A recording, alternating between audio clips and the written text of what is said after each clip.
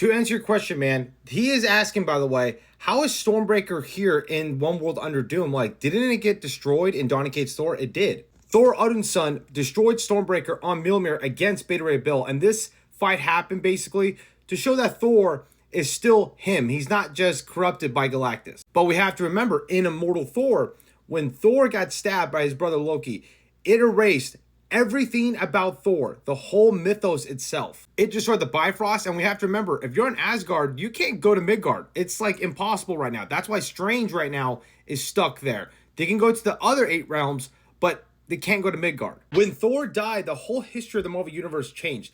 Thor was never on the Avengers. It was Beta Ray Bill. So if that's the case, the events of Donny Cates Thor when Beta Ray Bill and Thor fought never happened at all. Like, legit. So Stormbreaker never blew up. And here's another thing where, like I shown you earlier, the Asgard is sealed and locked away. They can't go to Midgard right now. It's trapped. You're stuck. And here's the Storm book. You can see Beta Ray Bill up there with the Council of the Thunder Gods, right? It should have been Odinson, but he's not there. It's Beta Ray Bill.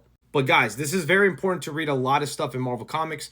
I know it sucks if you can't, buy every book or you don't want to read every book. I totally get it. But I appreciate the editorial from Marvel had this synergy where it was Beta Ray Bill on the field, not Odinson, because that would have been weird, right? Because that would kind of break the book of Immortal Thor, But yeah, that's why. I'm really curious, though, on what they're going to do with One World Under Doom on issue 8 and go from here, because it looks like Doom, bro, I don't think he can go back for what he just did. Possibly, yes. But to be fair, it looks like he didn't know that Valeria was in the battlefield. Now, something that I'm actually curious if Marvel will give an answer to this, like a definitive answer.